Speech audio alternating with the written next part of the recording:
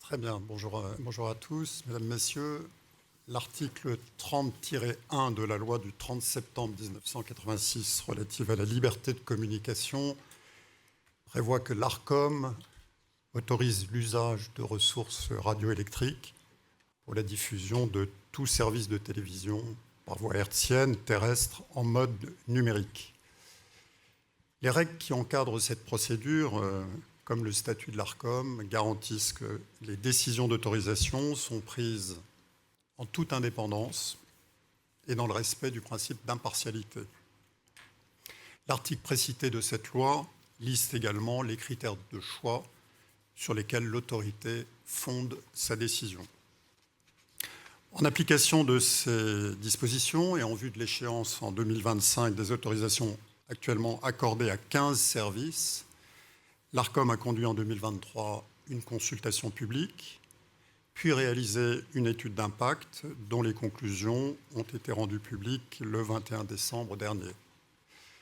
L'autorité a ensuite lancé un appel à candidature le 28 février 2024 pour l'édition de services de télévision à vocation nationale diffusés par voie hertzienne terrestre à temps complet et en haute définition. Elle entame aujourd'hui, conformément à la loi, l'audition publique des candidats, dont l'ordre de passage a été fixé par tirage au sort. Conformément à la délibération de l'autorité du 29 mai dernier, les auditions dureront 1h30 chacune, avec un exposé introductif de 30 minutes maximum par le candidat, qui sera suivi d'un temps d'échange avec le collège. Et nous entamons ce cycle d'audition ce matin avec vous, la société Jeunesse TV, pour le projet Gulli. Je vous rappelle que conformément à la jurisprudence et aux dispositions du texte de l'appel à candidature, le candidat ne peut apporter aucune modification substantielle au cours de son audition au dossier qu'il a déposé et que tous les membres du collège ont en main et ont analysé. Le candidat a néanmoins la possibilité de préciser son projet, notamment à travers des engagements qui pourront, le cas échéant, être repris dans les conventions qui seront signées entre l'Arcom et les candidats retenus. Je rappelle enfin que l'audition de ce jour est publique et qu'elle est retransmise sur notre site ainsi que sur nos réseaux. Monsieur Larramendy, vous avez la parole avec vos collaborateurs.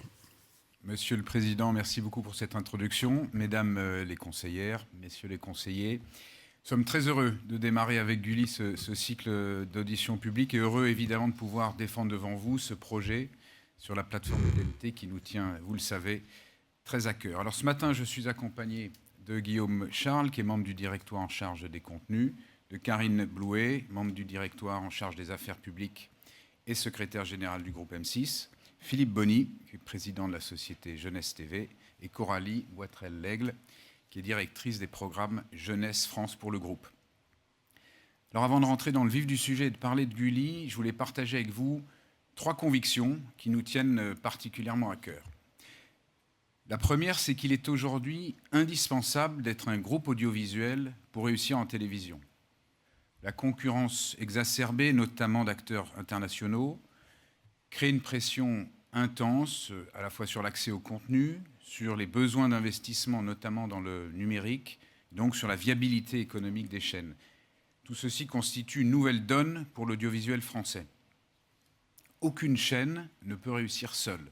C'était possible il y a quelques années encore, ça ne l'est plus aujourd'hui et je pense que ce le sera encore moins demain. Pour une chaîne, être adossé à un groupe, c'est un gage de robustesse, d'expertise, de résilience, pour résister à la fois aux attaques du marché et pouvoir déployer son modèle sur le numérique. Être adossé à un groupe, c'est aussi bénéficier de la force d'un collectif, les 2400 collaborateurs du groupe que nous représentons ce matin, la cohérence de nos projets éditoriaux et notre solidité économique, je pense, sont une garantie pour la pérennité de chacune de nos chaînes, de Gulli notamment, et au-delà pour le monde de la création française. La deuxième conviction que je voulais partager avec vous ce matin, c'est que pour pouvoir se développer au sein d'un groupe, une chaîne doit avoir une identité forte. Pour chacune de nos chaînes, nous défendons une ligne éditoriale qui lui est propre, qui lui permet d'innover, de se différencier, donc de garantir une large diversité d'offres et de contenus. Notre groupe touche ainsi l'ensemble des publics, y compris les plus jeunes avec Gulli. Et puis il les touche aussi avec son expertise digitale. Nous avons lancé et développé en 2008 et encore enrichi cette année avec le déploiement d'M6+, il y a quelques semaines. Alors ces lignes éditoriales singulières font de nous un contributeur essentiel au monde de la création, notamment évidemment par ses contenus et également par les engagements et obligations que nous prenons pour chacune de ces chaînes. La dernière conviction, c'est qu'au même titre que le numérique, la TNT est aujourd'hui encore indispensable au secteur de l'audiovisuel. La TNT, c'est la télévision pour tous, et nous sommes très attachés à cette valeur d'universalité. Comme vous le savez, près d'un tiers des Français nous reçoivent aujourd'hui par ce biais. Pour 9 millions d'entre eux, souvent les plus éloignés du monde digital, c'est l'unique moyen d'accès aux services de télévision. La TNT offre également une garantie de service pour tous les Français, y compris ceux qui la reçoivent par d'autres moyens. Et à ce titre, nous sommes attentifs aux nouveaux défis en termes de visibilité des chaînes posés par le développement des téléviseurs connectés. C'est la raison pour laquelle nous sommes très favorables, vous le savez, au service d'intérêt général pour lequel vous avez publié 2 projets de délibération que nous soutenons et que nous espérons pouvoir être mis en œuvre rapidement. Dernier point sur la TNT, notre attachement à cette plateforme fait que nous soutenons les initiatives pour son évolution technologique. À ce titre, nous expérimentons actuellement, pendant l'Euro 2024, sur le canal 56 de la TNT, le format HD-HDR. Il s'agit là de la première initiative privée en format amélioré que vous avez autorisée, et je profite de cette audition pour vous en remercier. Alors ces 3 convictions, elles sont également évidemment valables pour la chaîne Gulli, dont le tirage au sort a voulu qu'elle inaugure ce cycle d'audition.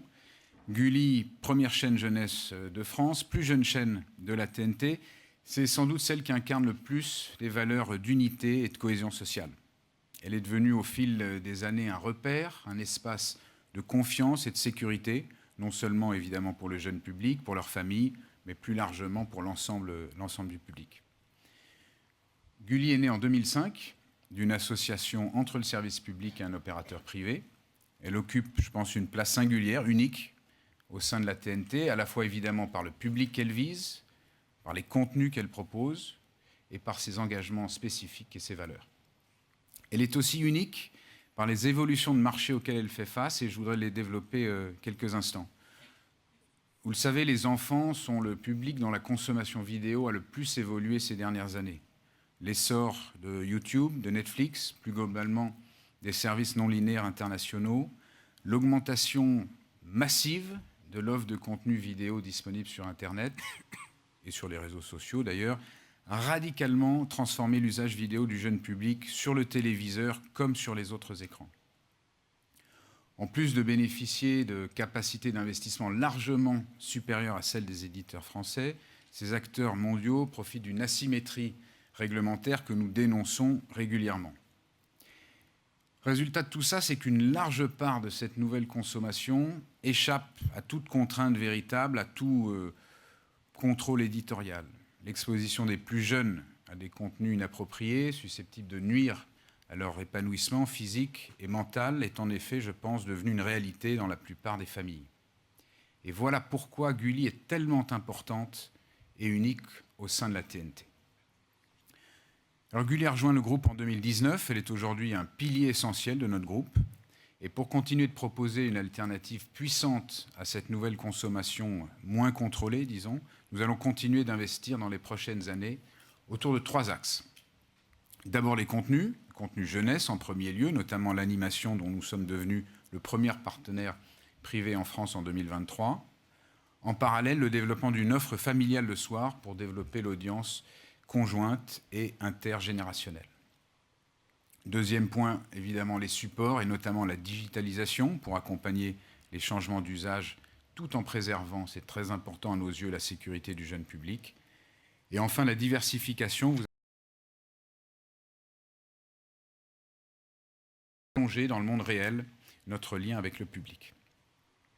Donc le projet pour les années à venir, c'est de continuer de faire de Gulli ce repère dont je parlais tout à l'heure, cet espace sécurisé, adapté pour le jeune public et les familles. Il s'inscrit pleinement dans la continuité de la chaîne, en conservant ses fondamentaux et en renforçant.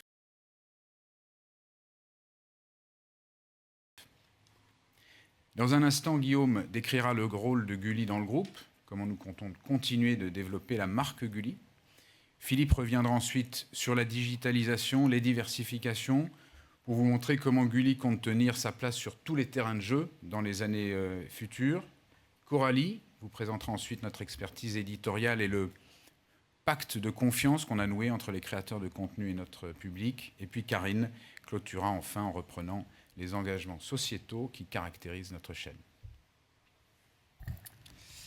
Merci David. Monsieur le Président, Mesdames et Messieurs les conseillers, comme David l'a mentionné, nous avons intégré la chaîne Gulli et ses activités jeunesse en 2019. Gulli est donc la dernière arrivée dans la galaxie des chaînes M6 et elle y occupe une place aussi importante que singulière. Gulli est et sera un atout stratégique pour le groupe M6 et cela pour plusieurs raisons. La première tient à la complémentarité des publics. Vous le savez, le public de nos chaînes est assez significativement plus jeune que celui de la télévision. Gulli n'y échappe pas par construction. Et pouvoir proposer, en plus de nos chaînes, une chaîne gratuite dédiée à la jeunesse et à l'écoute conjointe nous semblait indispensable. Cette opportunité, nous l'avions identifiée dès 2005, puisque nous avions présenté le projet à l'autorité précédente, M6 Famille, avec cette même intention. Comme nous avons de la suite dans les idées au groupe M6, lorsque l'opportunité d'arrimer Gulli au groupe s'est présentée, nous l'avons saisie. La deuxième raison est que le groupe M6 a toujours été très investi dans le domaine de l'animation française. Nous avons notamment participé au financement, vous le voyez, de la plupart des derniers grands succès au cinéma d'animation française. Avoir Gulli dans le groupe a consolidé et consolidera plus encore notre engagement vis-à-vis de cette filière ô combien importante. Ce partenariat très fort se concrétisera d'ailleurs par des engagements inégalés à la fois en matière de financement et de diffusion. Ainsi, le nouvel accord que nous avons signé l'an dernier avec Anime France et le SPI prévoit un taux de contribution au financement de l'animation française européenne de 1,3% du chiffre d'affaires de référence de l'ensemble des services du groupe. C'est tout simplement le taux le plus élevé du paysage audiovisuel français et avec de surcroît une assiette de référence très large qui permet une plus grande pérennité dans l'évolution de nos investissements, quelles que soient les évolutions de marché. Nous prenons par ailleurs un engagement de diffusion là aussi inégalé. Le groupe M6 sera avec Gulli le principal diffuseur de l'animation française. Dans le cadre du présent dossier, Gulli renouvelle son engagement de diffusion qui est le plus important de toutes les chaînes de la TNT, publiques ou privées, avec un minimum de 1930 heures d'animation française entre 6h et minuit, dont un minimum de 1520 heures diffusées entre 6h et 19h. Enfin, Karine le développera, mais Gulli est extrêmement importante pour le groupe M6 car elle est un formidable relais de nos engagements sociétaux auprès du jeune public. En tant que groupe média, nous avons cette responsabilité dans le domaine de l'éducation aux médias, de la transition écologique ou de la diversité par exemple. Et Gulli, seul ou très souvent accompagné d'autres chaînes du groupe, œuvre toute l'année pour sensibiliser le jeune public à ces questions primordiales. Je laisse maintenant la parole à Philippe et Coralie pour vous présenter le positionnement unique que Gulli a réussi à construire et son projet éditorial ambitieux pour les prochaines années. Merci. Merci Guillaume. Monsieur le Président, Mesdames, Messieurs les conseillers, Gulli, c'est l'une des grandes réussites de la TNT. Plus qu'une chaîne de télévision, Gulli est désormais devenue une marque de référence dans le quotidien des familles et des enfants. Ce succès, évidemment, on le doit à sa diffusion sur la TNT gratuite. Grâce à cette diffusion, Gulli est devenue la première chaîne jeunesse de France. C'est aussi la chaîne de télévision dans laquelle les parents ont le plus confiance. Chaque année, dans les foyers équipés d'un écran de télévision, ce sont plus de 90% des enfants qui regardent Gulli. En soirée, Gulli a également su séduire un nouveau public, familial, avec des programmes divertissants, sans aucune violence et accessibles à tous. Ainsi, en début d'année, Gulli a réussi à devenir la 3e chaîne de la TNT sur le public de moins de 50 ans. Alors évidemment, à côté de cette diffusion linéaire, il a été absolument indispensable pour Gulli de aussi s'adapter à toutes les évolutions et les bouleversements à la fois des usages et des comportements, notamment du jeune public. C'est la raison pour laquelle nous avons développé une offre numérique qui est à la fois accessible gratuitement à tous les enfants et qui propose aux parents des outils qui leur permettent de mieux maîtriser le temps de leurs enfants sur les différents écrans. Cette offre numérique, elle est aussi extrêmement large et diversifiée, évidemment avec beaucoup de vidéos, plus de 3000 épisodes de dessins animés et de programmes jeunesse, mais aussi une quarantaine de jeux vidéo et 700 podcasts. Face à une concurrence de plus en plus forte, David le rappelait, à la fois des plateformes internationales et des réseaux sociaux, il est par ailleurs indispensable pour une chaîne comme Gulli, au-delà des écrans, de cultiver et de renforcer son lien et sa proximité avec son public. Cette proximité, c'est notre atout principal à nous. Et c'est la raison pour laquelle nous avons effectivement annoncé, il y a quelques semaines, l'acquisition de la boîte aux enfants qui rejoint l'univers de Gulli cet été. Dès 2024, nos 25 parcs de loisirs en région parisienne et partout en France mobiliseront une équipe de près de 250 collaborateurs. Cette année, nos Gulli Parks accueilleront 2 millions de visiteurs. Et notre objectif, c'est que très bientôt, dans toutes les grandes villes de France, les familles puissent trouver un Gulli Park à proximité de leur domicile. Enfin, le succès de Gulli, c'est aussi d'être la seule chaîne gratuite de la TNT, la seule à avoir décliné ses programmes à l'international. Avec des chaînes spécifiques dans 14 pays d'Europe de l'Est, avec Gulli Africa sur tout le continent et notamment sur l'Afrique subsaharienne francophone, avec Gulli Bilarabi, diffusé en langue arabe en Afrique du Nord et au Moyen-Orient, Gulli participe au rayonnement international de l'animation française. 25 000 heures de dessins animés français sont ainsi diffusées chaque année sur l'ensemble de nos chaînes, en France et à l'international. Et nous sommes particulièrement fiers que l'UNESCO ait choisi Gulli comme membre de sa coalition mondiale pour l'éducation. Voilà de très beaux succès, une énorme ambition pour l'avenir, mais surtout une très grande responsabilité éditoriale, et c'est Coralie qui va vous en parler. Merci Philippe. Monsieur le Président, Mesdames, Messieurs les conseillers, l'exercice de cette responsabilité éditoriale, c'est d'abord un travail rigoureux de sélection des contenus et une stratégie de programmation adaptée visant à offrir des moments de télévision gratifiants à tous les enfants, quel que soit leur âge. C'est aussi le devoir de continuer à honorer le pacte de confiance qui lie les parents à Gulli depuis sa création. Pour atteindre ces objectifs, outre ces équipes de la direction des programmes formées aux besoins spécifiques de l'enfance, Gulli ajoute l'expertise unique d'un comité d'éthique des programmes et des contenus jeunesse dont vous parlera Karine. C'est cette expérience reconnue qui sert de fondation à notre projet éditorial. Gulli continuera de s'adresser tout au long de la journée à toutes les tranches d'âge de l'enfance à partir de 4 ans, avec une offre de programmes diversifiés qui comportera notamment une vaste sélection de dessins animés qui non seulement divertissent, mais aussi transmettent des valeurs positives essentielles. Nos séries animées seront notre première ligne de force. Nous proposerons des héros miroirs, des personnages qui accompagnent les plus jeunes spectateurs dans leur quotidien. Ces héros sont des modèles que les enfants peuvent imiter, favorisant ainsi l'ouverture au monde et l'apprentissage des interactions sociales. Par ailleurs, pour les plus grands, nous diffuserons des séries centrées sur des héros qui deviennent des mentors. Ces héros mentors incarnent des personnages charismatiques, montrant aux plus jeunes spectateurs que tout est possible avec de la détermination et de la créativité. Nos héros, qu'ils soient miroirs ou mentors, sont conçus pour être drôles et inspirants. Ils jouent un rôle crucial dans le développement des enfants, en les guidant progressivement vers l'adolescence. Grâce à ces personnages, les enfants apprendront à s'émanciper et à grandir avec optimisme. Ainsi, Gulli continuera de créer un environnement télévisuel enrichissant qui soutient le développement personnel des enfants à chaque étape de leur jeune vie. C'est cet environnement stimulant que nous nous engageons à continuer de proposer à notre public.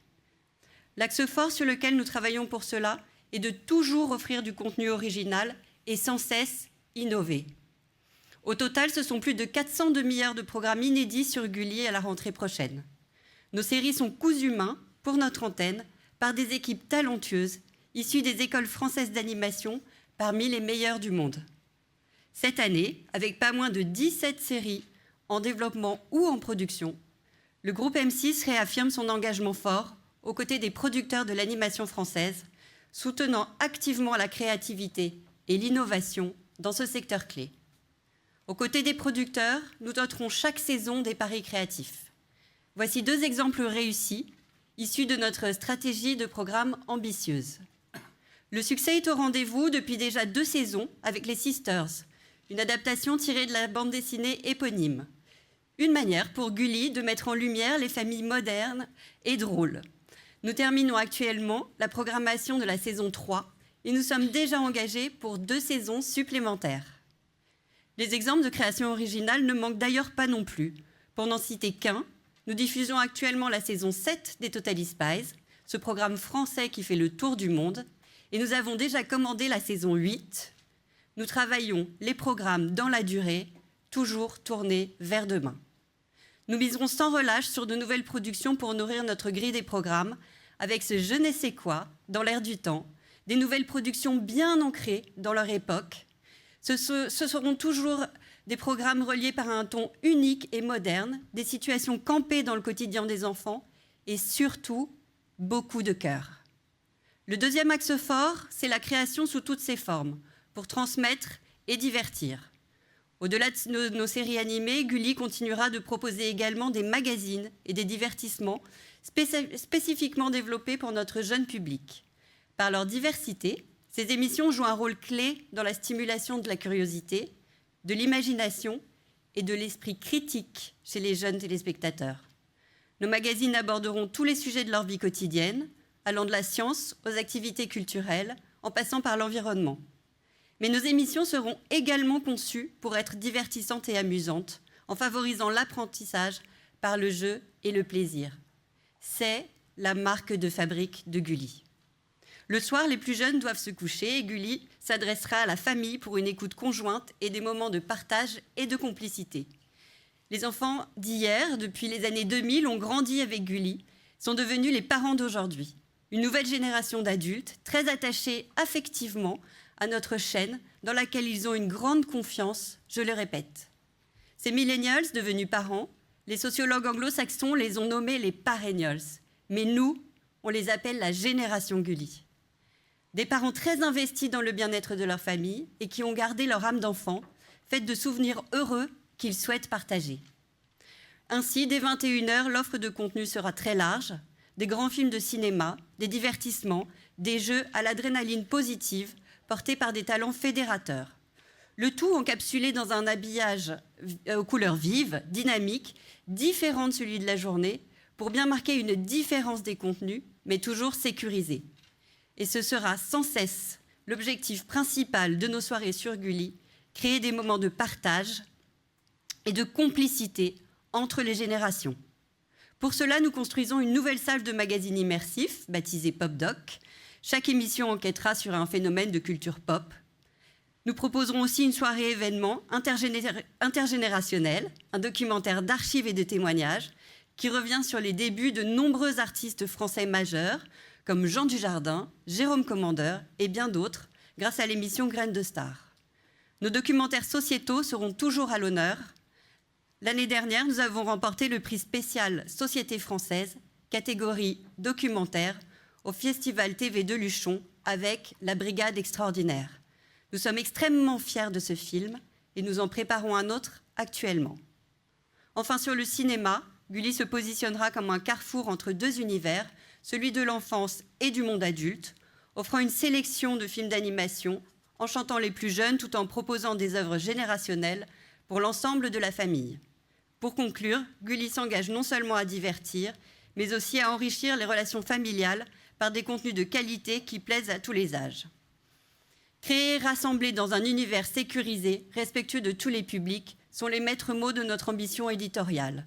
le tout avec ces valeurs et ces engagements qui nous caractérisent.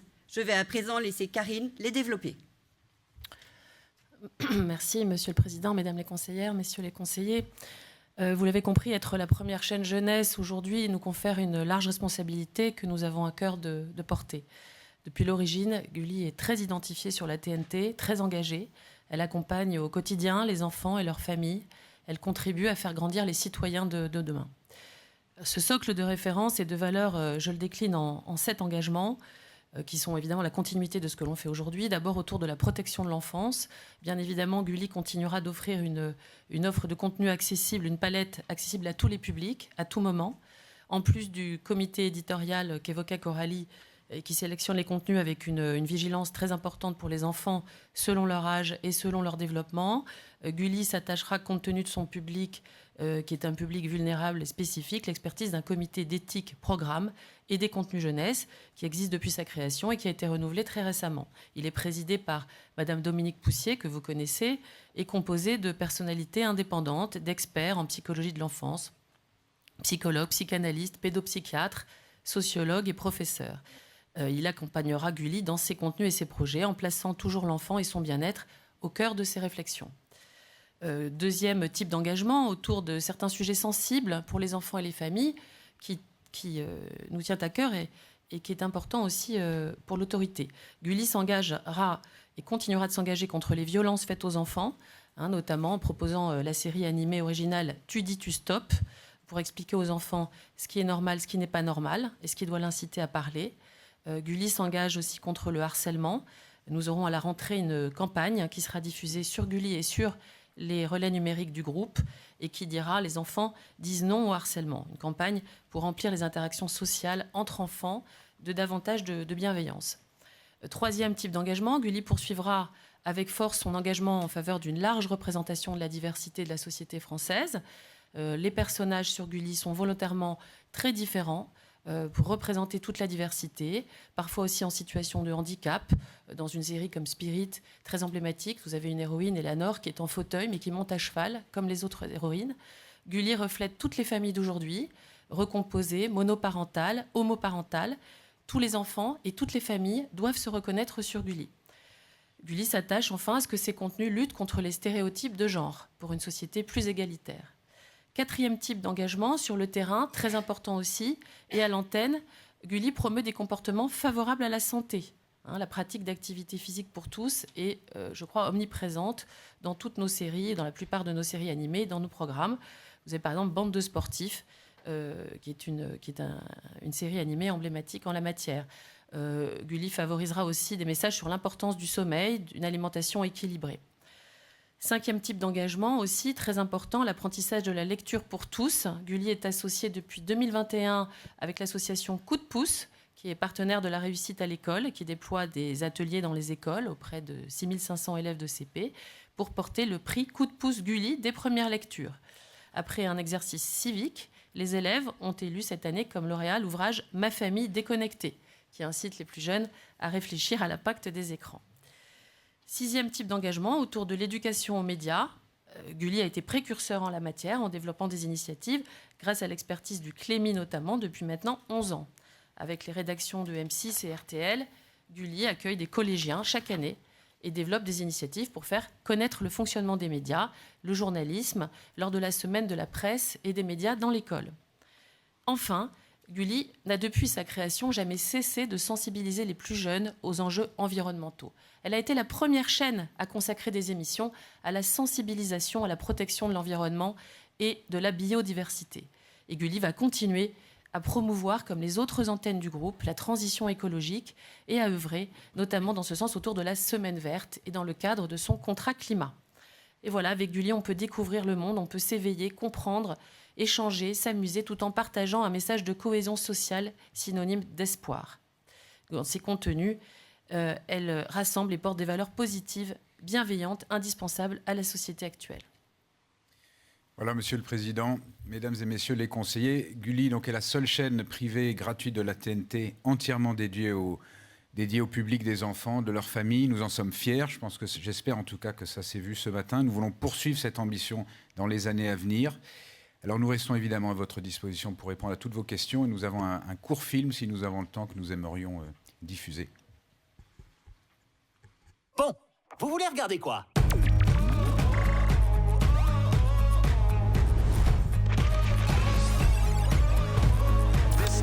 Mets-toi devant Gulli, chérie.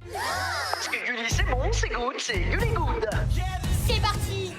Depuis 2005, Gulli accompagne les enfants dans leur quotidien et a su créer une relation de confiance avec son public.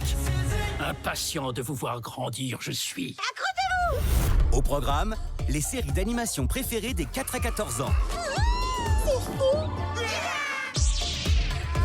Pikachu! Avouez que c'est quand même impressionnant. Mais aussi des émissions pensées spécialement pour eux. Votre jeu préféré, c'est quoi? Divertissement. J'aime très fort. C'est trop bien d'être avec vous. Activités culturelles.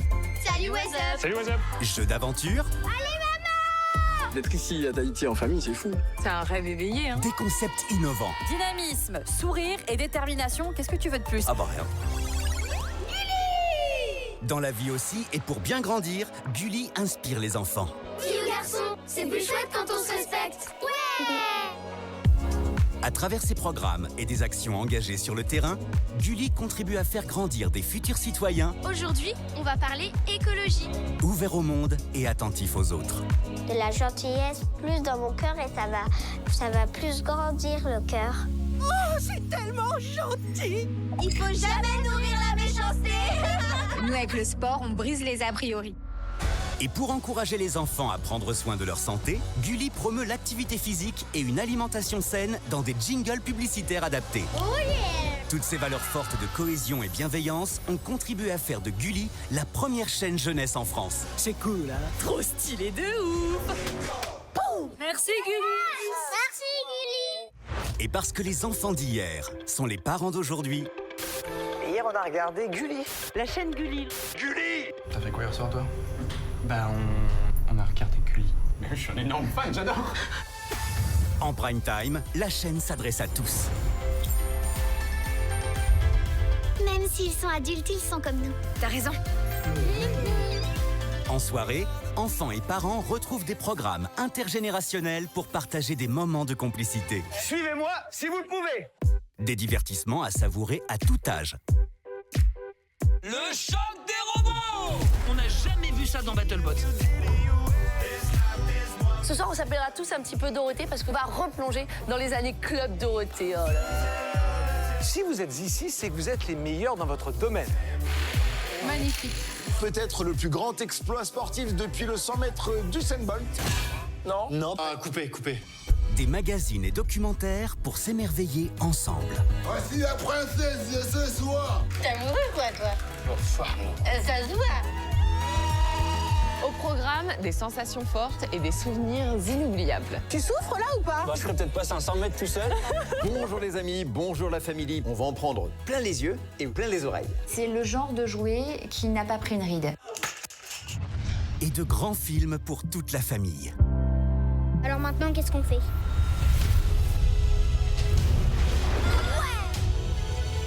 Je dois rêver, c'est pas possible. Je pense que le moment est venu pour toi de redécouvrir ta vraie nature.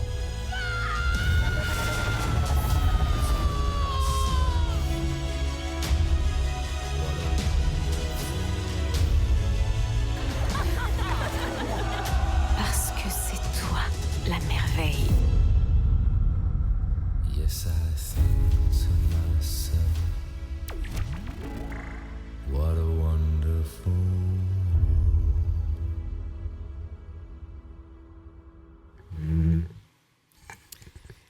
Merci beaucoup pour votre présentation. On va engager le dialogue avec le collège. Peut-être pour commencer, vous avez évoqué l'évolution des usages dans votre propos introductif, et notamment la consommation croissante de contenus délinéarisés, notamment pour les plus jeunes. On sait comment évolue la durée d'écoute. Quelle est votre vision justement de l'évolution de la télévision linéaire, puisque c'est ça qui nous occupe aujourd'hui, et en particulier des revenus qui s'y attachent, qui sont au cœur de votre modèle? J'ai été quand même très frappé de regarder les indicateurs de votre projet, qui sont tous dégradés par rapport à la période qui vient de s'achever. Que ce soit sur vos perspectives d'audience, qui sont en retrait léger, mais en retrait par rapport à la période, votre chiffre d'affaires, le résultat qui reste positif, mais qui est quand même en retrait. Bon, vous exposez votre confiance dans la TNT, mais elle ne se traduit pas totalement au plan économique. Donc, comme vous connaissez bien cette question de l'évolution du marché publicitaire, voilà, si vous pouvez nous dire un peu comment vous avez construit vos hypothèses d'évolution d'audience, d'évolution de recettes, et comment vous voyez l'évolution de la télévision linéaire, notamment pour les plus jeunes, sur les années qui nous intéressent pour les autorisations qu'on va délivrer. Alors, c'est vrai qu'il y a une réalité du marché qui fait que du marché à la fois publicitaire et puis de la façon dont nos contenus sont consommés. Donc la baisse de la durée d'écoute en linéaire est un phénomène qui a commencé il y a déjà un certain nombre d'années, qui a commencé d'ailleurs plus fortement sur les tranches d'âge les plus jeunes. Donc Gulli a souffert de cette baisse de la consommation plus rapidement que d'autres. Et c'est un phénomène qui va continuer avec un taux... que nous estimons autour de moins 5 à moins 8% dans les années à venir. Je voudrais juste préciser autour de cela qu'il ne faut pas oublier qu'on part de chiffres extrêmement importants en valeur absolue. Donc effectivement, on est sur une tendance baissière, négative. Je pense qu'elle c'est quelque chose que vous retrouvez dans l'ensemble des pays du monde, mais sur des bases très élevées. Donc, pour répondre à votre question sur l'intérêt ou l'utilité de la TNT pour nous, ça reste évidemment des audiences extrêmement importantes pour l'ensemble de nos chaînes et pour Gulli. Donc en parallèle de ça, vous avez un phénomène de croissance des audiences digitales. Vous savez que nous avons annoncé il y a quelques mois maintenant le lancement d'M6+, qui a été rendu possible, ou plutôt qui est devenu une réalité le 15 mai dernier, avec une grosse ambition à la fois en termes d'investissement dans la technologie et dans les contenus, pour développer nos audiences digitales, nos audiences numériques, en parallèle de cette baisse des audiences linéaires. Donc, pour revenir plus précisément au plan d'affaires, on a essayé d'être prudent, on n'a pas l'habitude de promettre des choses qu'on n'est pas capable de tenir. Donc, on a traduit cette baisse de l'audience linéaire par un léger effritement du chiffre d'affaires linéaire, qui est, lui, en partie ou quasiment totalement compensé par une hausse des recettes digitales. Je pense que c'est prudent. Vous savez que le marché est un marché fragile. Aujourd'hui, on a beaucoup d'acteurs qui se partagent un gâteau qui ne bouge plus, voire qui a un peu tendance à baisser. Donc c'est un équilibre fragile. Nous pensons qu'on a quand même un peu de marge pour continuer d'augmenter les prix et donc de voir les chiffres que vous voyez, qui sont peut-être en légère décroissance, mais enfin qui restent des chiffres à un haut niveau et avec une rentabilité qui est avérée. Merci. Je vais me tourner vers mes collègues qui ont sûrement des questions à vous poser. Juliette Terry, peut-être, pour commencer. Oui, merci beaucoup. Merci, Monsieur le Président, et merci de votre présentation très claire. J'ai une question, en fait, au sujet des engagements de programmation qui sont toujours très importants, en effet, pour définir l'identité de la chaîne, comme vous avez dit, et répondre à ce besoin de sécurité, d'espace sécurisé face à l'offre des acteurs numériques.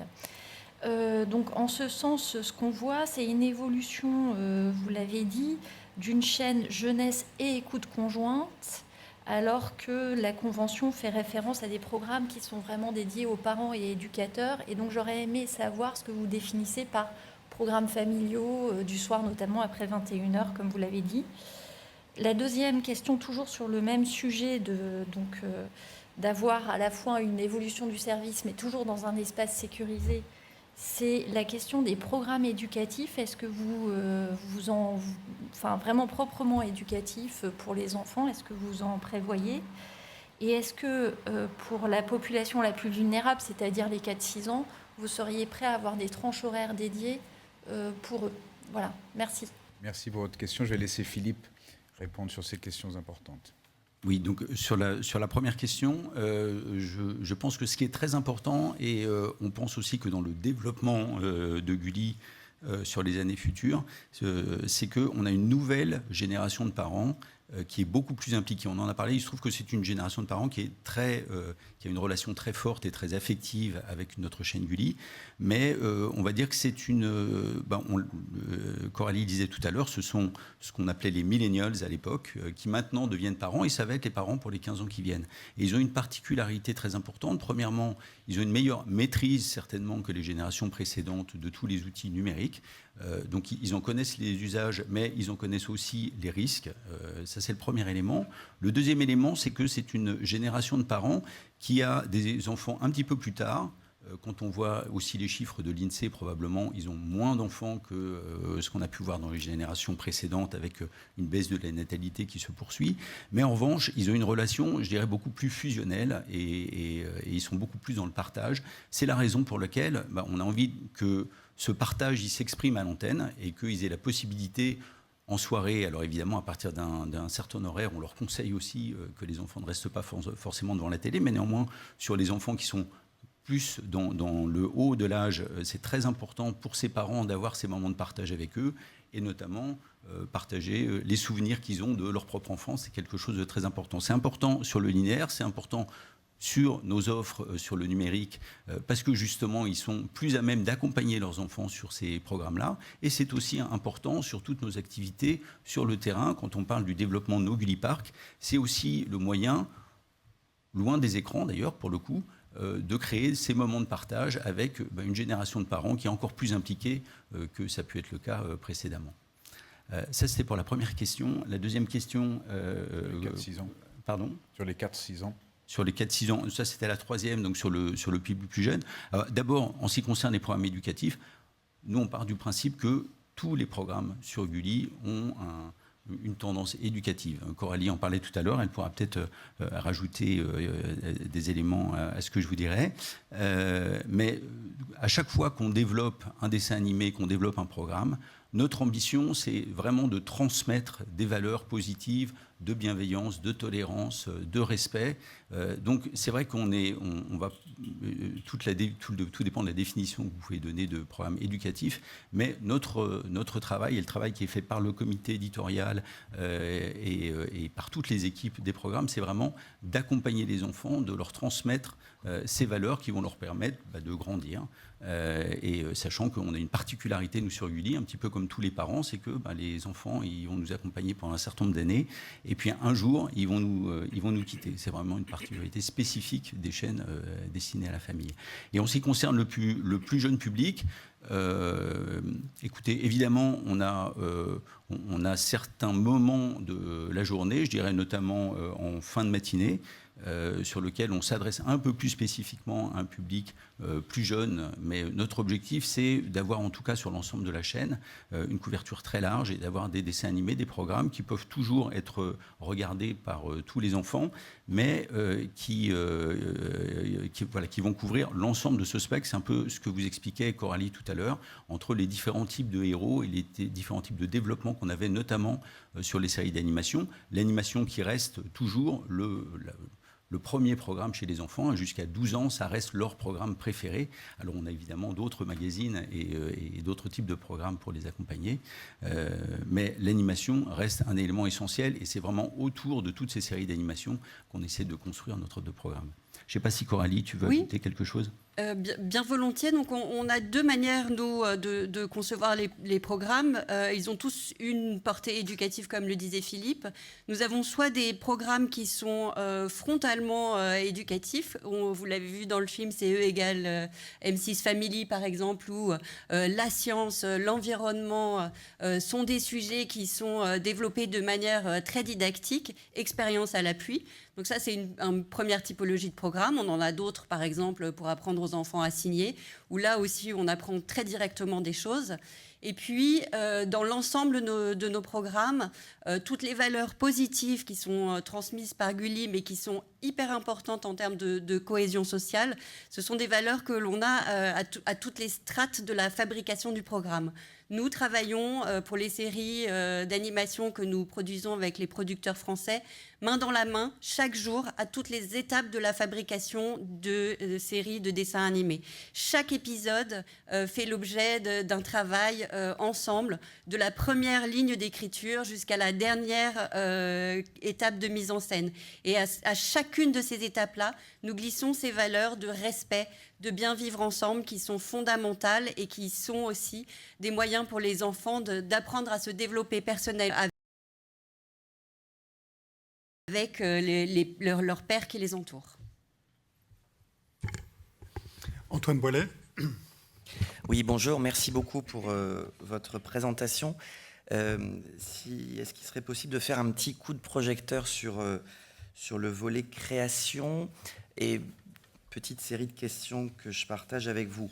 Vos accords avec l'industrie audiovisuelle courent jusqu'à fin 2025, donc est-ce que vous pourriez partager avec nous la perspective que vous avez en tête concernant la suite de ces accords? Et puis, besoin également d'éclaircissement entre l'accord et votre dossier. L'accord que vous avez avec l'industrie audiovisuelle prévoit un certain nombre d'engagements spécifiques de Gulli en matière de production inédite et de clauses de diversité. Or, dans le dossier, vous dites effectivement, en raison du chiffre d'affaires et en application du décret, Gulli ne serait pas soumis à ces engagements spécifiques. Donc, si on peut aussi se projeter là, au-delà de l'accord à fin 25, comment vous voyez les choses sur ce sujet? Et puis, autre point du dossier, vous évoquez justement un certain nombre de modulations prévues par le décret. Donc, vous demandez à avoir plus de souplesse que ce que prévoit l'accord dont Gulli est partie prenante en matière de dépenses de formation, de promotion des œuvres, de modalités de report, de captation de spectacles vivants. Et vous évoquez aussi dans le dossier d'autres éventuelles modulations. Donc, est-ce que vous pourriez développer un tout petit peu? Je vous remercie.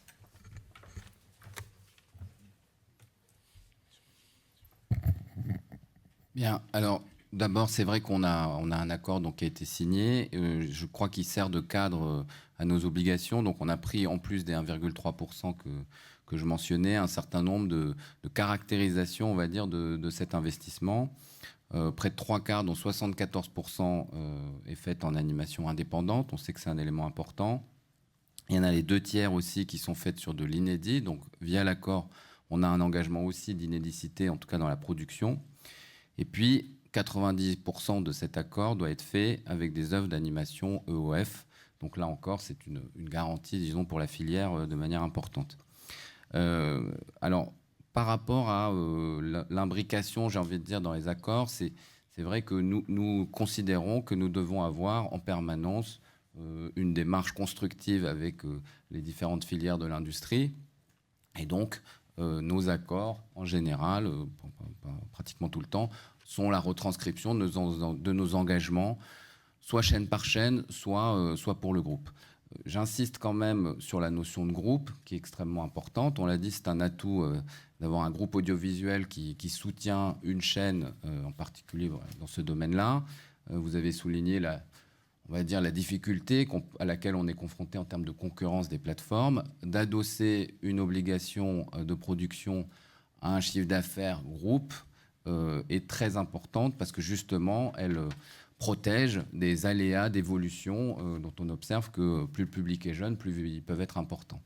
Donc, au travers de ces accords qui sont groupes, c'est vrai que nous prenons des engagements que nous considérons comme très pérennes pour la filière, d'où cette approche que nous avons très régulièrement d'adosser en fait nos engagements qui seront faits au final, probablement en grande partie sur la chaîne, à un adossement financier du groupe.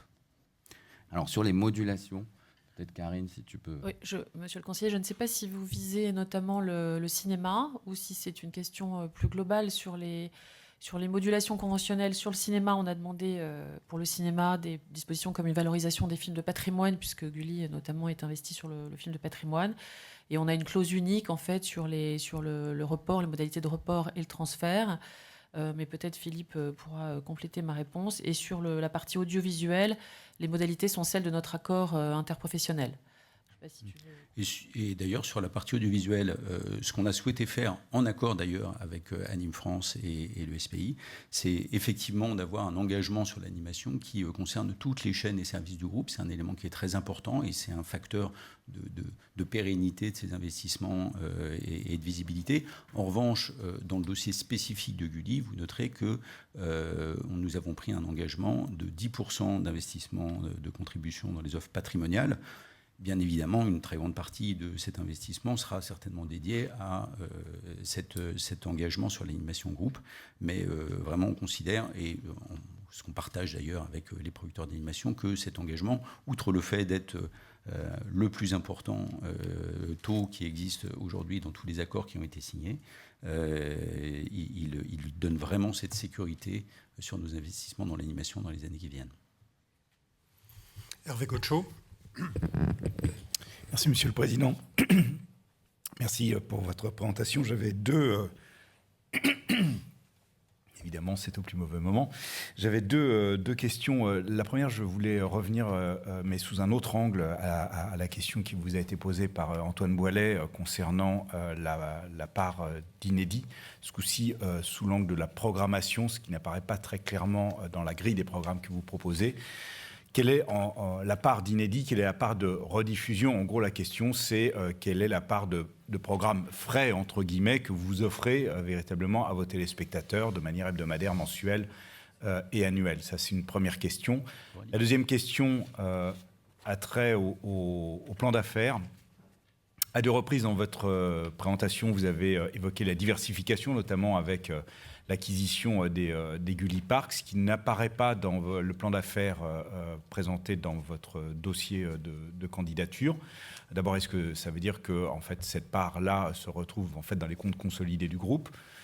Et la deuxième question, qui est la plus importante à mes yeux, c'est évidemment sans déroger au secret des affaires, est-ce que vous pouvez nous dire comment est-ce que vous envisagez la part de diversification dans le plan d'affaires, notamment dans les recettes de Gulli et du groupe M6? Je vais peut-être commencer par cette seconde question, Monsieur le conseiller, et puis laisser après Philippe et Coralie répondre sur la grille. C'est une diversification, en fait, qui est importante pour nous à deux titres. D'abord parce que ce sont des revenus additionnels, c'est une activité qui est rentable, qui est en pleine croissance. C'est un marché qui est très atomisé aujourd'hui et nous avons pensé d'un point de vue économique que c'était intéressant. Donc ça, je dirais que c'est une diversification. Vous savez que le groupe en a fait depuis très longtemps. Donc elle s'inscrit, disons, dans la continuité de ce qu'a fait le groupe depuis sa naissance. Et puis le deuxième élément qui est spécifique au Gulli Park, c'est que nous avons un enjeu, on l'a dit, de baisse de la consommation linéaire et de développement des plateformes. Et le fait de renforcer le lien avec Gulli nous est apparu comme entre le public et Gulli nous est apparu comme une chose indispensable. Et en le faisant dans la vie réelle, entre guillemets, nous avons donc un impact de chiffre d'affaires à l'instant T, mais surtout, nous continuons à entretenir le lien de Gulli avec son public, et donc ça favorise la consommation de Gulli sur les écrans, que ce soit en linéaire, en non linéaire. Donc c'est une diversification qui est originale en ce sens qu'elle fonctionne dans les deux sens. Est-ce qu'elle a vocation à agrandir? Nous allons agrandir le parc.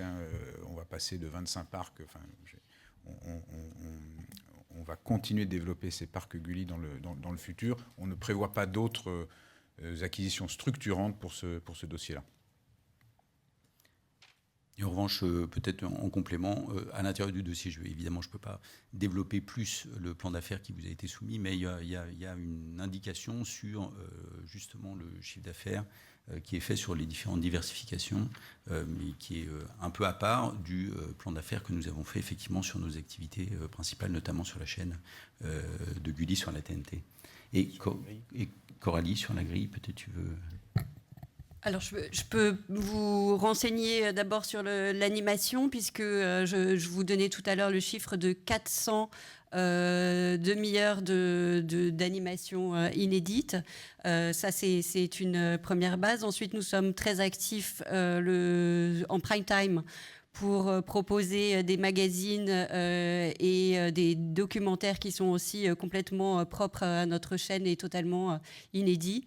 Voilà, c'est évidemment notre préoccupation constante. Et selon les années et les grilles de programme, ce taux peut varier. Mais en tout cas, en termes d'animation, nous sommes toujours très contraints par nos engagements. Nous les suivrons scrupuleusement, et ce qui nous donne des heures de programme fraîches animées à proposer à nos enfants de 4 à 10 ans. Laurence Péco-Rivolier. Merci, Monsieur le Président. Je voudrais revenir, moi, sur la question des contenus et faire un peu suite aux questions qu'a posées Juliette Théry sur 2 points. Donc, on a parlé des programmes familiaux. C'est un glissement sémantique par rapport aux programmes destinés aux parents. Vous nous avez dit que les parents étaient beaucoup plus éclairés aujourd'hui qu'avant. Néanmoins, dans l'idée de programmes destinés aux parents, on incluait la question des programmes quelque sorte éducatif pour les parents, c'est-à-dire les programmes de parentalité. C'est pas tout à fait la même chose que ce que vous nous décrivez dans les programmes familiaux qui visent à ce que toute la famille soit réunie devant certains contenus. Donc, est-ce que sur ces questions de programmes pour la parentalité, il y a encore des projets, et est-ce qu'ils sont quand même inclus dans cette catégorie-là? C'est ma première question. La deuxième question, c'est sur le public vulnérable dont a parlé Juliette Théry. Ça démarre à 4 ans. Depuis très très longtemps, l'Arcom défend pas d'écran avant 3 ans, ce qui est parfaitement dans votre optique également. Mais il y a toujours cette petite difficulté de caractériser les 4 ans, les 3 ans et les moins de 3 ans. Quels sont chez vous les impératifs sur ce thème-là? Quels sont les critères? Et je pense que vous allez vous référer évidemment aux différents comités dont vous nous avez parlé, mais quelles sont les garanties qu'on ne risque pas d'atteindre une cible qui n'est pas celle qui est visée?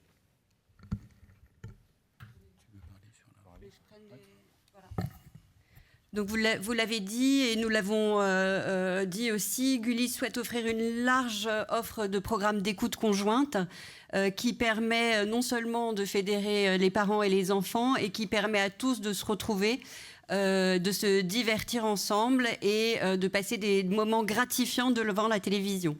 Donc l'approche originelle concernant ces programmes visait davantage une mission de service public, une éducation à la parentalité, c'est bien à ça que vous faisiez référence, dont l'approche nous semble, nous, aujourd'hui, désuète compte tenu de ces nouveaux parents que décrivait Philippe aujourd'hui, et qui ne correspondent plus aujourd'hui aux aspirations du public de notre chaîne. Donc fédérer, rassembler toutes les générations pour regarder ensemble, ça nous semble beaucoup plus porteur et plus proche de notre projet. Nous proposons un engagement de 100 programmes familiaux dans cette optique-là. Oui, et je pense qu'à l'heure, on va sûrement y revenir, mais où la consommation, en particulier via les plateformes internationales, est de plus en plus individuelle, nous souhaitons mettre l'accent sur une consommation collective. L'écoute conjointe est plutôt, je dirais, globalement pour la télévision en baisse. Donc avoir un positionnement qui permet aux parents et aux enfants de regarder ensemble nous semblait un axe très important, en tout cas dans la préservation de notre audience, on va dire, dans un cadre sécurisé. Peut-être un point aussi, je me permets de rebondir sur justement la sécurisation de nos consommations. La chaîne Gulli, elle a une grande chance, c'est d'être une chaîne de télévision de TNT.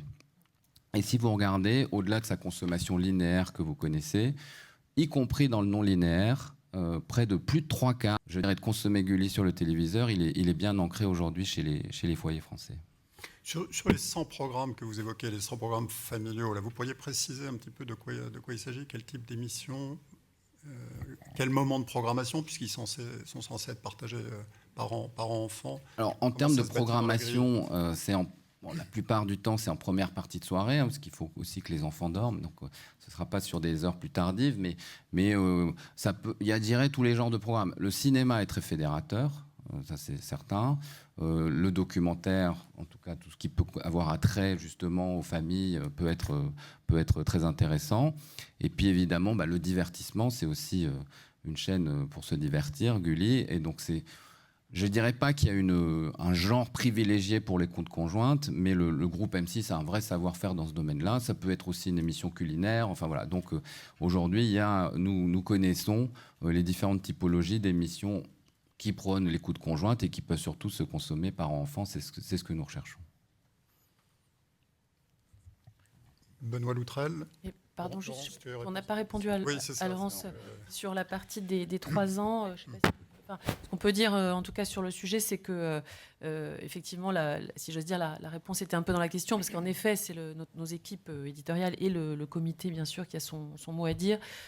C'est apprécié, en fait, en fonction de l'histoire, en fonction des héros, du ressort, etc. Et donc, on est très vigilant à ce que, en effet, sur le programme en question va refléter par son histoire, par les héros, la catégorie d'âge qui correspond aux 3 ans et plus.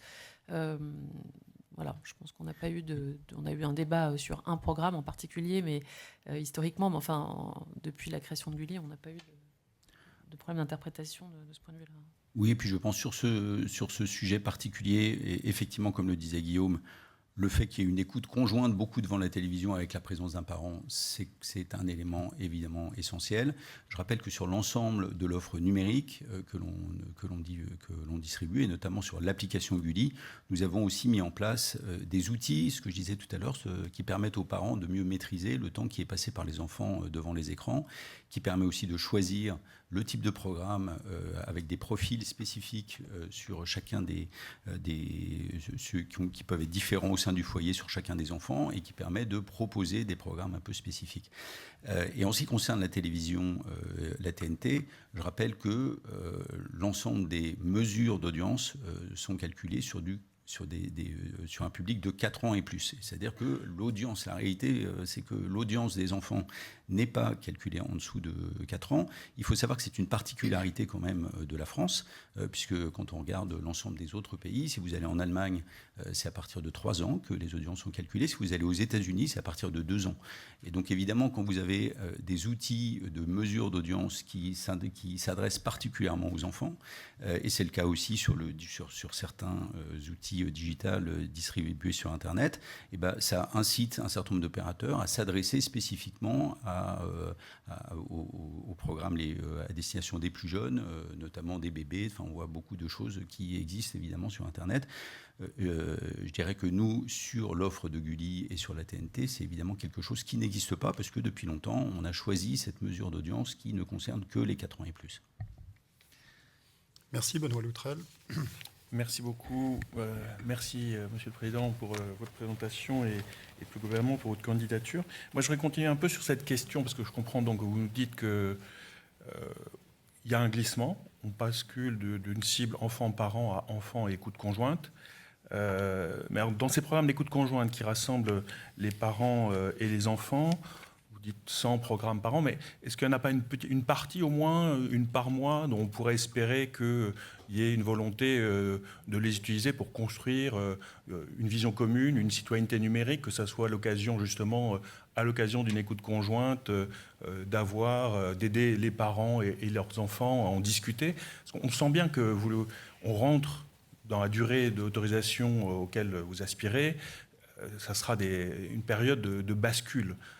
Et vous l'avez dit vous-même, ça n'est pas simplement une chaîne linéaire que vous présentez aujourd'hui, c'est un média global qui a une vitrine linéaire qui sera extrêmement importante. Donc ma première question est vraiment là-dessus, en disant, mais on a envie quelque part de vous entendre, si possible, prendre un engagement sur le sujet raisonnable, de dire, mais cette écoute conjointe sera l'occasion de porter des messages, d'accompagner les familles dans la transition numérique. Ça serait ma première question. Alors, ma deuxième question, elle est effectivement toujours aussi sur le sujet du numérique, parce qu'on voit bien qu'aujourd'hui, vous avez des très belles audiences en linéaire, vous programmez qu'elles vont baisser, et j'imagine que vous espérez que globalement, elles ne vont pas baisser, mais qu'elles vont se transférer, et que l'usage va basculer d'un linéaire en premier à un linéaire et aussi de la plateforme. Alors j'avoue que j'ai été un peu curieux, j'ai été regarder votre plateforme. Alors je ne l'ai pas regardé sur tous les supports numériques. On va dans un monde où on sent de plus en plus que ces parents, comme vous les décrivez de plus en plus, ils prennent leur tablette, leur écran, notamment pour les moins de 12 ans où on ne recommande absolument pas de leur donner un écran privatif. Mais souvent on donne l'écran du parent. Alors le parent en général, il y a 2 grands systèmes d'exploitation, donc moi j'ai testé sur l'un des 2. Et là, j'avoue que j'ai l'impression que vous étiez un peu en retrait quelque part, parce que l'offre Gulli est présente, mais elle est noyée dans toutes les offres adultes du groupe M6. Les profils sont présents, mais les profils ne permettent pas de dire que c'est un mineur, de donner une tranche d'âge, et donc d'orienter un petit peu la manière dont, une fois qu'on a donné la tablette à son enfant, à ce qu'il ne soit pas perdu dans l'offre globale du groupe M6 qui couvre tous les publics et les adultes. De la même manière, on voit bien qu'il y a un enjeu. Il y a des très bonnes publications aujourd'hui de l'ARCOM sur ses sites web et sur ses réseaux sociaux sur l'enjeu de maîtriser la durée d'écran. Quand on est sur la tablette et qu'on regarde un programme, un dessin animé pour enfants, la fonctionnalité d'enchaînement automatique est activée.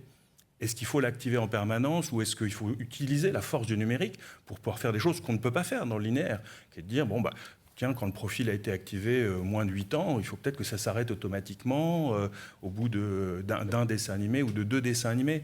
Donc globalement, est-ce que là-dessus, vous posez ces questions? Et ma dernière question, elle serait sur votre comité d'éthique jeunesse, qui est réputé, connu, donne un avis sur tous vos programmes. Est-ce qu'il ne faut pas étendre son mandat pour qu'il soit aussi saisi des ergonomies des espaces numériques pour vérifier qu'elles ne sont pas addictives, vous guider dans ce travail? Et là aussi, est-ce que vous seriez prêt à prendre un engagement sur le sujet? Merci beaucoup. Alors, donc, déjà sur les offres que nous avons, il faut savoir, effectivement, aujourd'hui, vous avez raison de le dire, il y a beaucoup de moyens d'accéder aux différents programmes sur différentes plateformes. L'essentiel de la consommation qui est faite aujourd'hui des programmes de Gulli se fait beaucoup au travers des opérateurs, des fournisseurs d'accès Internet. Surtout ces opérateurs, pour accéder et qui distribuent l'offre de programmes numériques de M6+, pour accéder au programme de Gulli, vous avez un accès avec la chaîne Gulli, avec le logo Gulli, et en allant sur cet accès-là, les parents et les enfants n'ont accès qu'à l'offre jeunesse qui est à l'intérieur de l'offre générale. Ça, c'est le premier élément. Deuxièmement, sur tous les nouveaux outils, nous avons développé une application Gulli très spécifique, et donc là que tous les parents peuvent utiliser, qui est vraiment uniquement dédiée aux jeunes publics, aux enfants, avec les informations que je vous disais tout à l'heure, qui permettent de créer vraiment un profil sur chacun des enfants, et en fonction du profil qui est choisi, en fonction de l'âge, on va proposer même une offre de programme à l'intérieur de tous les programmes qui existent sur Gulli, qui va être très spécifique. Ça, c'est le deuxième élément. Et sur cette application, nous avons aussi des outils qui permettent effectivement de limiter le temps de consommation des enfants. Donc si vous souhaitez que votre enfant ne regarde les dessins animés que pendant 20 minutes ou une demi-heure, et bien l'application, la diffusion s'arrêtera à la fin de cette durée-là. Peut-être juste, je complète avant que tu passes.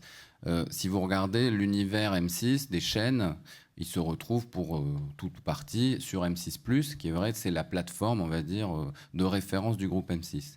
Mais il n'y a pas de plateforme W9, il n'y a pas de plateforme Paris Première, par exemple. Par contre, on a pris le choix stratégique, extrêmement important, de garder une application Gulli. On aurait pu tout mettre sous M6+. Au moment du lancement d'M6+, spécifiquement, la décision a été prise de garder l'application Gulli, ce qui veut dire des coûts spécifiques, des développements spécifiques, parce que c'est un univers dédié aux enfants, et même à l'antenne, on fait la promotion de l'espace Gulli, parce qu'on considère que voilà, les enfants méritent par rapport à tout ce que vous nous avez très justement souligné. Et pour répondre à votre dernière question, en ce qui concerne notre comité d'éthique, évidemment qu'on interroge, on a la chance dans ce comité d'éthique d'avoir des grands spécialistes et justement on échange avec eux sur tous les sujets. On ne se limite pas simplement à la programmation spécifique sur la TNT de Gulli, on aborde avec eux non seulement les programmes spécifiques de Gulli, mais aussi l'évolution des comportements des enfants, des parents qui bougent énormément. On a énormément de questions questions sur le développement des réseaux sociaux, ce qui va se passer sur les réseaux sociaux, comment on peut protéger les réseaux. On les interroge aussi sur toutes les campagnes que l'on fait. On a fait il y a quelques temps une grande campagne qui s'appelait Fais gaffe, justement pour sensibiliser les enfants, mais qui s'adresse aussi aux parents dans le cadre des programmes spécifiques qu'on fait sur cette éducation au numérique, pour les alerter sur les dangers des réseaux sociaux, du développement d'Internet et des bons usages et des bons comportements à avoir quand on va sur ces réseaux, puisque évidemment la problématique, c'est qu'on sait bien que ces réseaux sont interdits aux moins de 13 ans, de 12 ans, mais on est tous au courant que très tôt, à partir de 8 ans maintenant, progressivement, les enfants ont accès à un téléphone portable qui leur donne accès à ces réseaux. Donc nous, évidemment, la réglementation qui est en cours sur ces sujets-là va permettre certainement de les limiter, en tout cas c'est à souhaiter. Nous, tout ce qu'on peut faire en tant que Gulli, et ce qu'on fait régulièrement, c'est vraiment donner les codes aux enfants et faire des campagnes régulières pour leur expliquer comment s'en protéger et comment être très prudent sur l'ensemble de ces réseaux. Bénédicte Lesage. Merci Roch-Olivier, merci pour votre présentation. Je voudrais là vous poser quelques questions concernant la charte alimentaire, puisque vous offrez un service qui est particulièrement concerné par la veille et je dirais les engagements pour protéger les jeunes de l'obésité et du surpoids, qui affecte d'ailleurs cette population de manière croissante. Dans le cadre de la nouvelle charte 2025-2029, quels engagements seriez-vous prêts à prendre de manière complémentaire et de manière plus ambitieuse par rapport à la charte 2020-2024, sachant que cette nouvelle charte est encore en termes d'élaboration? Qu'est-ce que vous pourriez prendre comme engagement sur l'affichage et la transparence du Nutri-Score sur les communications commerciales? Quels seraient les engagements que vous pourriez prendre sur encore davantage de contenu expliquant ces Nutri-Scores avec une possibilité de son évolution, donc de l'information nutritionnelle? Et par ailleurs, seriez-vous prêt à prendre des engagements dans la mesure où maintenant vous avez une programmation d'écoute conjointe, d'engagement sur et la transparence et la nature des communications commerciales alimentaires sur ces tranches d'écoute conjointe? Merci. Merci Madame la conseillère. Sur ces points qui sont en effet très très importants et sur lesquels on a une responsabilité forte au regard de notre public. Comme vous le savez, nous sommes partie prenante depuis longtemps sur tous ces sujets-là. Sur la renégociation dans le cadre de la future nouvelle charte alimentaire, Gulli a d'ores et déjà pris des engagements très forts sur la limitation de la présence de produits trop gras, trop sucrés dans l'alimentation, dans les espaces enfants, ce que je crois d'ailleurs votre autorité valorise chaque année dans ses rapports. On a tout au long de la programmation, je le rappelais tout à l'heure, des comportements, la promotion de comportements qui sont favorables à la santé, mais aussi sur l'activité physique, sur le sommeil, sur l'alimentation équilibrée. Alors dans le cadre de la renégociation, et notamment puisque c'est le sujet, je crois, un des sujets majeurs de cette renégociation sur les espaces d'écoute conjointe, alors tels qu'ils sont actuellement définis dans la charte alimentaire par l'autorité, je le précise, on pourrait veiller... Et dans le cadre aussi de la négociation collective, parce que pour nous, c'est très important d'avoir une approche collective sur le sujet, en particulier qui intègre les acteurs numériques, mais aussi les autorités de santé, puisqu'il s'agit évidemment de ne pas prendre des engagements tout seul. On pourrait systématiser, par exemple, une information nutritionnelle, avec quelque chose de quasiment systématique sur notamment tout ce qui est Nutri-Score, etc. Sur le plan d'M6 Publicité... je ne sais pas si mes collègues veulent en dire un mot, mais on va poursuivre l'offre spécifique que l'on a qui s'appelle 6K Nutri-Score. Donc on promeut certains produits avec des très bons Nutri-Score dans les écrans jeunesse et plus largement pour valoriser la qualité nutritionnelle des produits alimentaires avec des QR codes, etc. Je sais pas si tu veux conclure. Je voulais peut-être juste ajouter deux éléments. On est évidemment très attaché aux chartes alimentaires et je pense que la situation n'est certainement pas satisfaisante en France, mais elle est moins pire que dans chez d'autres voisins, et tout ce qui peut être fait pour contribuer à aller dans le bon sens est positif. Sur le dossier spécifique de Gulli, vous savez que l'ANIA, donc, qui regroupe les industriels de l'alimentaire, a décidé il y a quelques années, de manière assez unilatérale, de supprimer la publicité de ses membres sur la chaîne Gulli, de manière assez systématique, donc, y compris d'ailleurs pour des produits qui auraient été Nutri-Score A et qui auraient pu être tout à fait promus d'une façon positive sur nos écrans. Donc aujourd'hui, il n'y a quasiment plus de publicité pour l'alimentaire sur Gulli. Peut-être un mot sur les programmes. Voilà. Est-ce qu'il peut y avoir des programmes finalité pédagogique sur les aspects nutritionnels? C'est aussi le sens de la question. Bien sûr, nous sommes très actifs sur ce sujet. Nous avons un programme dédié qui s'appelle Manger, bouger, dormir, que nous avons produit conjointement avec nos confrères éditeurs de programmes jeunesse. Nous l'avons reconduit, ce programme, avec une nouvelle saison et nous avons insisté sur le bien dormir. Et puis, dans l'ensemble de nos puisque nous avons pris le parti, certes d'expliquer, mais surtout de montrer l'exemplarité des héros pour les enfants qui nous regardent, c'est fondamental. Donc dans nos séries, nos héros ne boivent plus de soda, ils consomment de l'eau. Lorsqu'ils ont décidé de ne pas dormir assez pour se consacrer à une activité ludique, par exemple, eh bien, l'histoire fait que ils vont le payer à la fin de l'épisode et on va expliquer pourquoi leur journée suivant cette mauvaise nuit s'est mal passée. Donc c'est très concret, en fait. Ce sont des histoires qui montrent par l'exemple ce que c'est que bien dormir ou mal dormir, bien manger ou mal manger, et c'est très important. Dans un programme aussi qui est très regardé, qui s'appelle Zig et Charcot, c'est un programme français qui se passe au bord d'une plage, dans la première saison, qui n'a pas été préachetée par nous. Les personnages mangeaient beaucoup de glace, comme il se passe souvent au bord de la plage. Eh bien, nous avons fait remplacer toutes ces glaces par des fruits et de l'eau de coco. Et je dois dire, c'est pas seulement anecdotique, c'est que cette contrainte-là entraîne aussi énormément de créativité chez les dessinateurs et les animateurs, et on obtient des histoires qui sont très intéressantes avec un rendu visuel hyper appétant. Merci. Denis Rapon. Oui, merci Monsieur le Président. Dans le dossier en matière d'éducation aux médias, je n'ai pas vu d'engagement nouveau par rapport aux actions qui sont menées actuellement.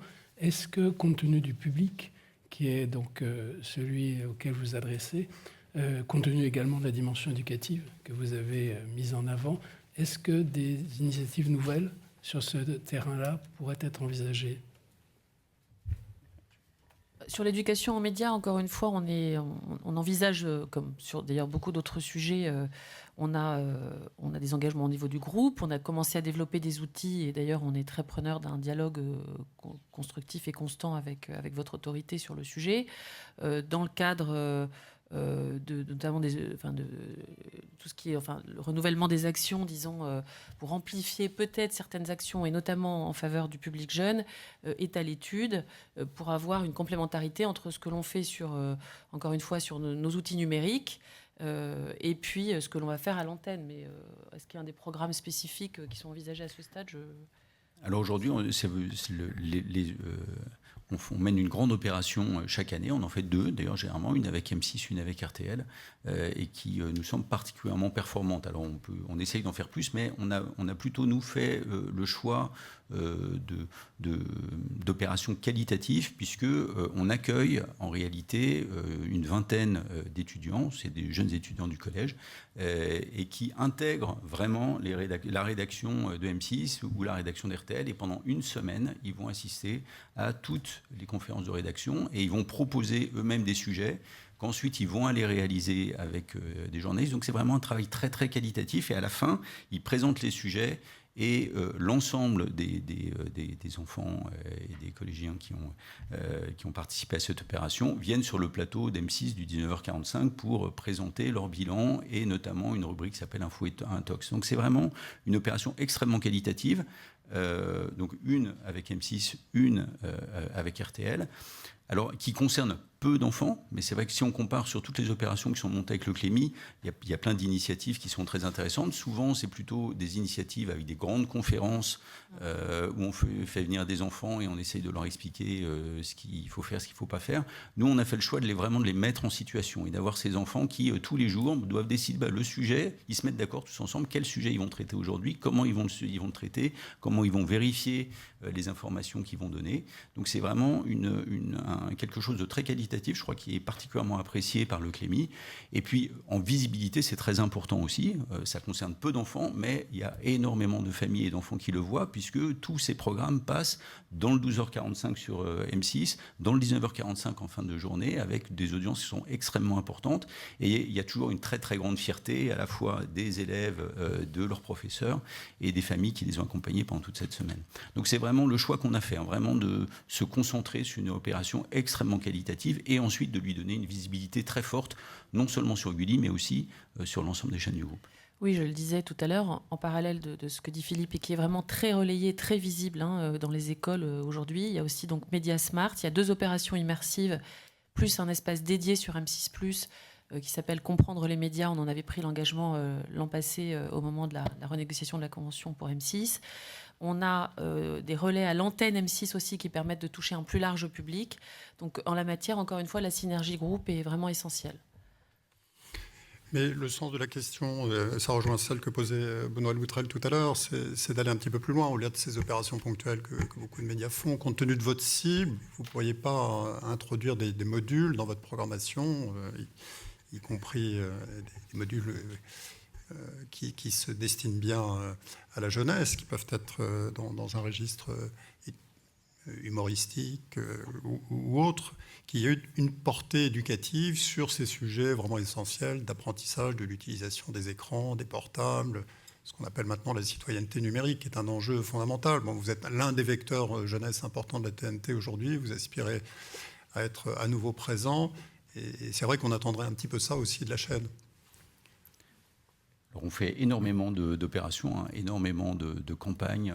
On en fait beaucoup. C'est vrai qu'elles ne font pas l'objet, vous avez raison, elles ne font pas l'objet d'un engagement ou d'une obligation liée à la Convention. Mais on en fait énormément. Il ne pourrait pas y avoir un rendez-vous récurrent dans votre grille, y compris sur les programmes courts, la finalité un peu éducative sur ce thème de la citoyenneté numérique. Alors, c'est vrai qu'on fait beaucoup de campagnes. On en a fait une qui s'appelle Fais gaffe, qui a été vraiment très bien relayée et qui concrètement expliquait aux enfants tous les bonnes pratiques et aussi tous les risques liés à ces outils numériques. Donc ça, c'est d'abord le type de campagne qu'on est amené à faire et qu'on renouvelle et qu'on renouvellera probablement.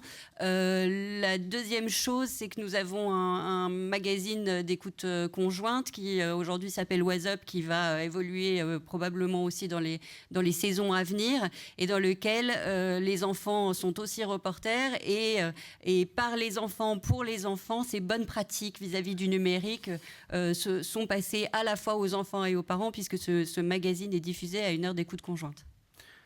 Mais enfin, vous avez raison que ça fait partie des missions que l'on a et que l'on fait sur des sujets qui peuvent être très très différents. Il y a effectivement l'éducation aux médias, l'alerte et comment donner les bons comportements aux enfants face au numérique, face aux réseaux sociaux.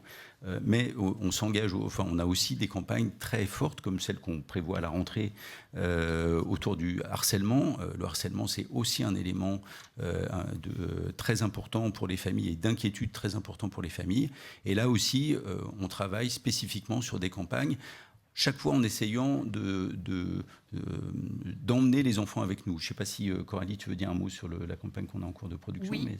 On travaille actuellement avec une réalisatrice qui s'appelle Laetitia Berteuil. Cette réalisatrice a créé de nombreuses campagnes pour le ministère de l'Éducation nationale et nous aimons beaucoup sa manière de travailler puisqu'elle travaille avec les enfants dès sa première réflexion, si je puis dire. C'est-à-dire que 14 enfants travaillent chaque semaine pour écrire la campagne, pour écrire le slogan. Ce sont des spots qui sont tournés avec les enfants acteurs et comédiens de leur propre situation. Donc nous pensons que cette campagne-là, qui sera largement diffusée sur Gulli, mais aussi sur l'ensemble des supports du groupe, sera tout à fait puissante et marquante. Et encore une fois, j'insiste sur le fait que ce soit fait par et pour les enfants qui sont un peu plus jeunes que ceux auxquels les campagnes sont destinées habituellement. J'ai beaucoup vu des campagnes destinées, et c'est très bien, aux préadolescents et aux adolescents. Le public de Gulli est un public plus d'école primaire, et ce sont des élèves à l'école primaire qui travaillent sur cette campagne. Antoine Boilet et Benoît Loutrel, pardon. Merci, Monsieur le Président. Vous avez présenté il y a quelques semaines à La Rochelle votre politique éditoriale en matière de documentaire, avec un coup de projecteur sur M6, Teva et Paris Première. Il me semble que Gulli n'était pas dans cette présentation. Alors, au-delà de ce point, vous avez évoqué les documentaires sur Gulli. Donc, est-ce que vous pourriez nous en dire un petit peu plus, puisqu'ils seront en soirée dans le cadre de l'écoute conjointe? C'était ma première question. Et la deuxième, rapidement, vous avez évoqué ce nouvel usage de la consommation croissante par les enfants de dessins animés sur des plateformes type YouTube. Est-ce que vous pourriez partager avec nous, finalement, sur vos grandes franchises, quel est le pourcentage des saisons précédentes de ces franchises qui sont largement consommées sur ces plateformes? Et alors, dans ce contexte-là, quel problème ça vous pose et comment vous gérez cela quand vous lancez justement une nouvelle saison de ces franchises, de ces marques qui sont largement consommées sur ces plateformes? Merci. Alors, sur le documentaire, je vous rappelais ce prix magnifique que nous avions reçu à Luchon pour la Brigade extraordinaire. C'est vraiment un très beau film. Vous en avez vu quelques extraits. Et on en est très fiers. Régulièrement, Gulli s'investit pour proposer ce type de film. Les sujets sont variés et actuellement, nous en travaillons à nouveau. Alors, c'est un peu tôt pour vous dire sur quel sujet il sera précisément, mais on a deux axes. C'est d'abord une enquête rigoureuse et puis beaucoup d'émotions aussi. De faire passer ces sujets qui nous tiennent très à cœur par une large palette d'émotions. Ensuite, on travaille sur des sujets qui sont des sujets d'écoute conjointe, qui permet aux parents de dialoguer avec les enfants sur des sujets qui les touchent particulièrement. Nous avons annoncé une saison 2 d'un magazine qui s'appelle Les jouets préférés des Français. Donc, nous revenons sur l'histoire des jouets qui ont passionné les grands-parents, les parents et qui passionnent les enfants d'aujourd'hui. Tout ça dans un échange très constructif et productif. Nous travaillons sur une série de magazines immersifs sur la pop culture. Là, on va parler de sujets sur lesquels les enfants sont souvent mieux sachants que les parents. Je pense par exemple à la K-pop. Je pense aussi aux animés. Vous savez que les mangas sont très lus par les enfants d'aujourd'hui et c'est tout à fait le type de sujet que les enfants peuvent partager avec leurs parents. Enfin, nous avons parlé, j'ai parlé précédemment d'un documentaire dans lequel il y aura énormément d'archives et beaucoup de témoignages de ces grands talents d'hier et surtout d'aujourd'hui. J'ai cité Jérôme Commandeur, j'ai cité Jean Dujardin, il y en a bien d'autres dans le documentaire. Tout ça tourné autour de l'émission Graines de Star qui a vraiment marqué une époque. Donc voilà comment nous travaillons nos magazines et documentaires. Avant de laisser Philippe répondre à la deuxième partie de votre question, la consommation incontrôlée à laquelle je faisais référence dans mon propos introductif n'était pas tellement un problème de dessin animé, c'est plus un problème de tout type de contenu dont certains ne devraient absolument pas être visionnés par des enfants et notamment des jeunes enfants. Oui, et sinon, en ce qui concerne, pour répondre à la question sur l'usage et la compétition qu'on peut avoir des plateformes internationales, vous savez, on a eu de longues discussions en tant qu'éditeur de télévision sur les périmètres de droits qu'on pouvait acquérir dans le cadre des engagements et des obligations d'investissement que nous avons. Il se trouve que ces périmètres de droits sont limités et donc, notamment sur les plateformes de SVOD ou sur les différents types d'exploitation, on peut, en fonction de nos investissements, on peut arriver à se protéger pendant une certaine durée pour s'assurer que la nouvelle saison ne va pas être disponible sur d'autres